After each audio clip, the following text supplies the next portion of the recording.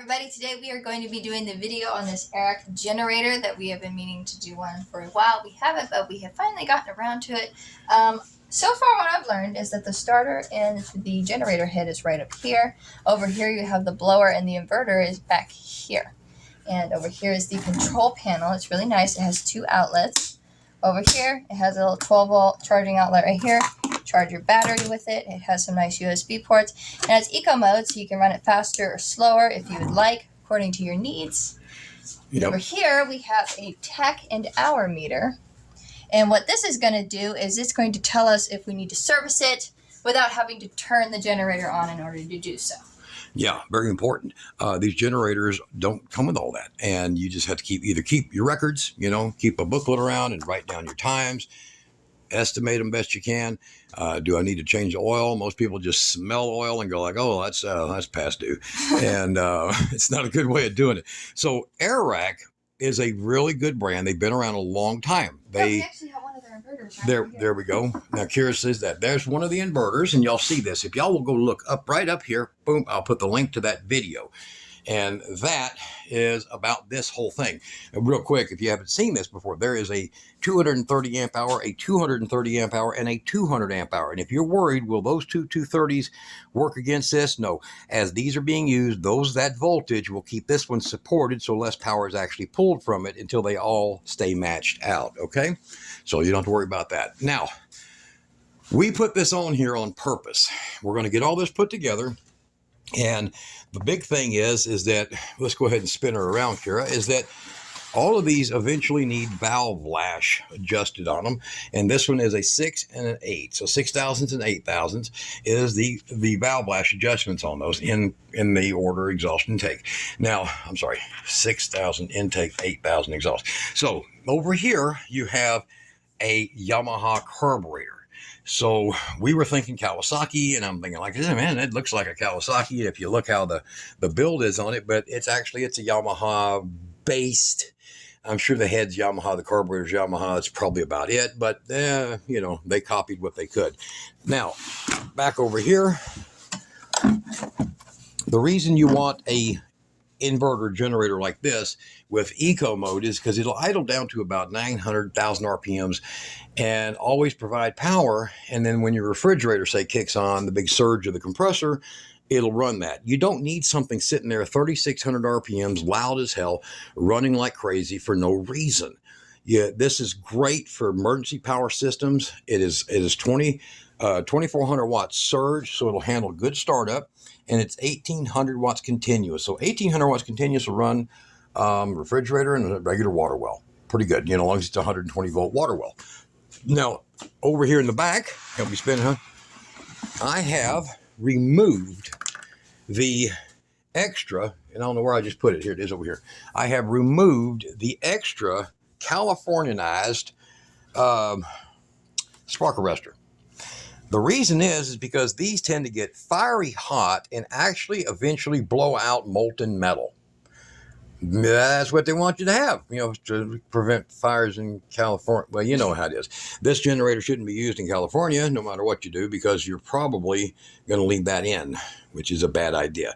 These actually come with a spark arrestor. You see it in there? It's in here. It's all the way in there. Yep. And it comes with one. You don't need this garbage that is just a piece of stainless steel rope that is wound up so tight that you can't hardly blow air through it. So what does it do? It gives you worse fuel economy. It gives you worse exhaust emissions. And it's bad for your generator. It's bad for your generator. It could start a fire, but you know how it is in California, man. Every rule that's stupid, they make it happen for you. And they're going to because, well, what else do a bunch of crackheads do, right? If you're wondering why it's a problem, imagine putting a pillow on your face. Yeah. Put a pillow on your face and see how well that works out. So take that out. And if you're in California, I don't recommend even buying a generator. Just wait till you have to use candles, okay? Now, we're going to be using SuperTech heavy duty oil. And why is that? Well, it's Valvoline. I mean, that's it. It's a good quality oil. And we want non-detergent 30 weight. Now, a lot of these people tell you to use 5, 30, 10, 30, 14, 30, whatever the hell. Look, man, it's a generator. It runs at a pretty stable output. Use 30 weight. If you're an extremely Arizona hot, I would say, yeah, maybe you want to use some 40 weight, but don't worry about it anywhere else. Now, in the wintertime in Canada, 530, but I don't like that chemicalized oil. It doesn't last as long, and it's not good for your engines. So eventually some of those additives come apart in your engine. Now, the 30 weight oil non-detergent will work perfect in 95% of generators made, and you don't got to worry about it. If you're in the Northeast, this oil is probably going to be either Citgo or I don't know, some weird brand that starts with an A. If you're in California, well, you probably can't even buy this oil because it's known to cause 1,500 birth defects and cancer in laboratory animals in foreign countries or something. Everything from California causes cancer. Everything does, especially politicians and purple-haired people. So now over here, this part of the generator you don't ever want to open up. I did so to show you what's in it. Plus, it's the easiest location because of the controls of where to put the tachometer. Over here on this side, you want to open the generator up when you service it because of your valve lash. Like I said, 6 and 8. You want to open this up to get to it, but here's the problem. That don't come out easy, so you have screws going in on this side over here. You'll take the screws out of this side. Don't mess with your gas tank or gas can. It'll slide off of it. All right. Then you have 10 millimeters down here at the bottom, and this will take the cover off without a bunch of junk connected. The other side is quasi-structural, so stay the hell away from it. This side is fine, and you'll be able to get that off. Those are 8 millimeter, and you'll get those off, and then you'll adjust your valves that way.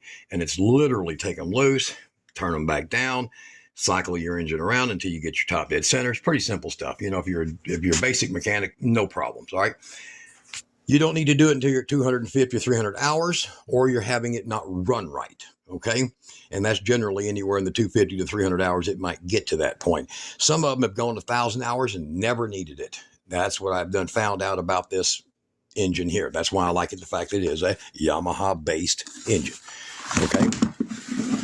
All right, we'll be getting all this back together. We'll get the control panel back on. Everything is easily serviceable. It has great cooling. It's set up nice that way. And I don't know if I can show it, but people don't know. Let me see if I can show you. Give me that flashlight. Yeah. Like she said, the generator head is actually, a lot of people say, no, man, that's the engine cooling fan blowing assemblies and stuff. And I'm like, no, I want you to get in here and look. And it's not, I can be focusing there somewhere. That's copper coil. See it back there in the back right there? That's not a stator. That's not a regular stator. That's your generator. So it's generating high DC voltage, stabilized high DC voltage. Of course, it's stabilized back here, but then it's inverted to turn it into AC voltage, just like putting a battery through an inverter. Okay. The engine and this part is your battery, and that's your inverter. So if you had a 500 watt need, you need a little battery. It doesn't have to run very fast. If you need a 1,000 watt need, you need a bigger battery, and it needs to run a little faster. 2,000 watt need, you need a much bigger battery, runs a lot faster, but that inverter is designed to handle all of it. It's like a wind turbine, but you can control what it does. Exactly. So, all right. Yeah, a rectified wind turbine, and you control how it operates. So we're going to show you this in operation. Let's get it all back together. The oil additive part is simple and stupid. You have that one panel that comes off. It's in your book that tells you. There's just 2 screws and snap ins. See how it snaps in? And the 2 screws up here in the bottom lip. See that? For it to go in. So pretty simple, pretty easy, and you just give it a little pop with your hand and then put your screws in. Now, so you just pop it in with your hands. Watch out. Like that, and put your 2 screws in there, and you're fine. Pretty easy. So we'll get the oil in it, put the wire, this little wire here that goes around the spark plug, and I'll take a picture of that, and I'll include that in the video right at this point about right here, what it looks like.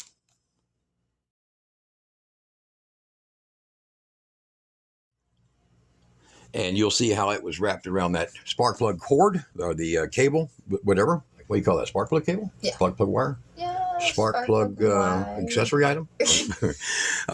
And you'll know how to do that. It's really easy. And look below the video. I'll put a link to that one too, because that one's the one I like. It stores the information for years. Okay. Yeah. How about the spot that holds the spark plug? That would be the spark plug hole. That'd be the head. Yes. So, all right. So we're going to get all that back and get the oil in it, and we'll see you outside. We're going to run this on a water well. See how well it does and how quiet it can be. Oh, and if this helps, it does come with a spare spark plug. A spare. An extra. I never got a spare cure, though. I got to deal with the same one all the time. All right. We'll be right back, guys. All right. Now we've got it outside. We've got it fueled up, and we've got oil in it and fired it up. First shot. Didn't take much. So what I'm going to do is I'm going to show you the RPMs on it, and you got to look straight into it. So she's going to hold the camera for me here, and I'm going to fire this thing up. And since it's warm, I don't have to run it to start. But start is to choke, actually. And as soon as you start it, you want to start fading it back immediately. And there's a sweet spot, little on either side of that run for your air mix, okay? So look over there. It's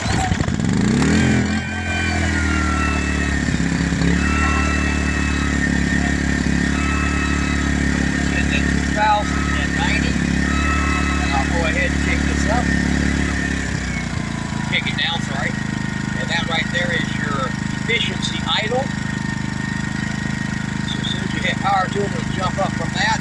Or you can just, like I did, I'm going to do over here at the well, I'm going to pump it and leave it on high because it needs that extra power to start with.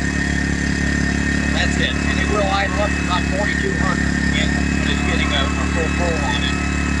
And that meter can be looked at any time. This over here is telling me the voltage, and it has different modes. 60 hertz.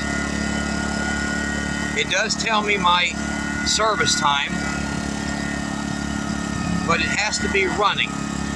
Now, of course, that one right there is the, I believe, is the amp draw, and that right there is my service time on it. All right. So easy to turn off. It's basically just kill the fuel and it hits a contact point. This thing is probably right around 58 to 60 decibel. Not too bad. So for the money, let's get it over there. We're going to see if it'll pull that well. That's a, I looked it up on the paperwork. It's a 1 1/3 horse, so it should be a little over 1,000 watts. Let's go check it out.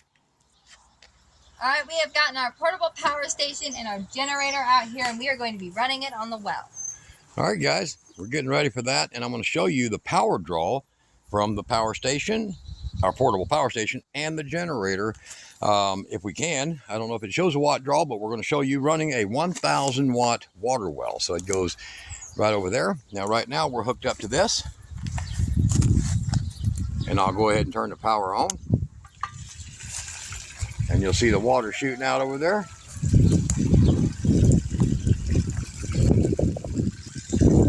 This well is being put back into service, and right now, I don't know if we can get in there to read that.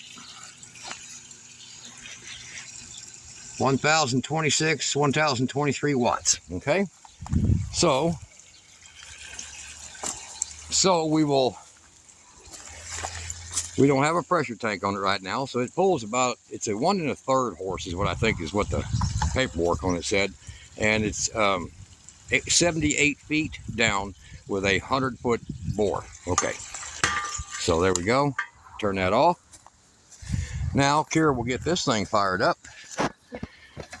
and I'll give her the outlet or the power plug for it here in a second. So, all right, give it a pull, hon.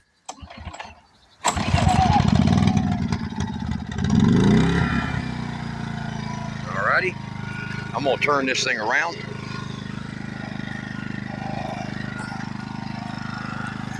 And we'll plug it in. Hold that, Kara. And then we're going to hit the power switch on it using this power strip.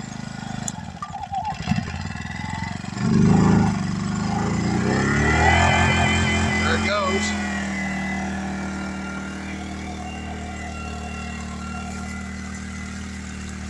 That generator's putting out more water.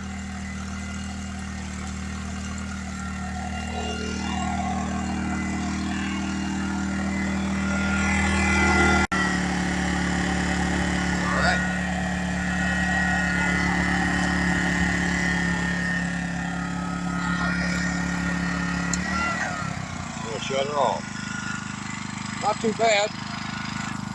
Seems to do a pretty decent job of running water. So you're looking at the Erayak generator. The price is right. I'm sitting here talking right next to it. It is very quiet. You guys be good. We'll see you on the rerun. Yeah. I kind of like it. I do too.